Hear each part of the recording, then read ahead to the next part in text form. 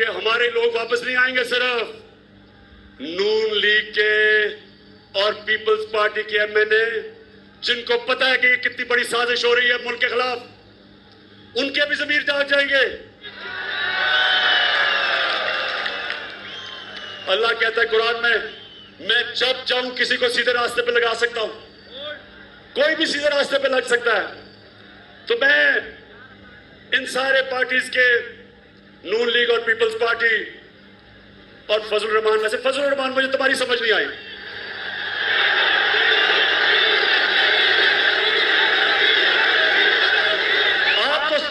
آپ کی تو پالیٹکس ہی دین کے اوپر ہے، آپ کی پالیٹکس دین کے اوپر ہے۔ اور کون اللہ کس کو، اللہ وہ کس کو سعادت بخشتا ہے کہ یونائٹڈ نیشنز میں جا کے اپنے نبی صلی اللہ علیہ وسلم کے ساتھ کھڑا ہو اور اس کی شان میں جو گستاخی ہوتی ہے، کس کو اللہ وہ اتنا بڑا انعام بخشتا ہے کہ وہ جا کے یونائٹڈ نیشنز میں اسلامو فوبیا کے خلاف ریزولوشن پاس کرواتا ہے اور 15 مارچ کو اسلامو فوبیا کا دن بنایا جاتا ہے۔ فضل الرحمان، آپ کو تو اللہ نے نہیں یہ عزت بخشی، اور اس کی وجہ ہے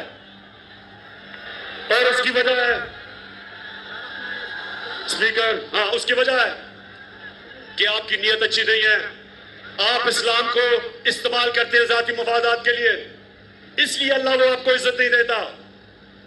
اللہ نیتوں کے راز جانتا ہے، اللہ جانتا ہے دلوں کے راز۔ فضل الرحمان، جتنے مرضی اسلام کی بات کرو، اللہ نے آپ کو آج تک کبھی وہ اعزاز نہیں دیا کہ آپ نے دنیا میں کچھ بھی اسلام کے لیے کیا۔ میری طرح کے آدمی کو، گناہ گار آدمی کو اللہ نے وہ اعزاز دیا ہے، میں اللہ تیرا لاکھ لاکھ لاکھ شکر ادا کرتا ہوں۔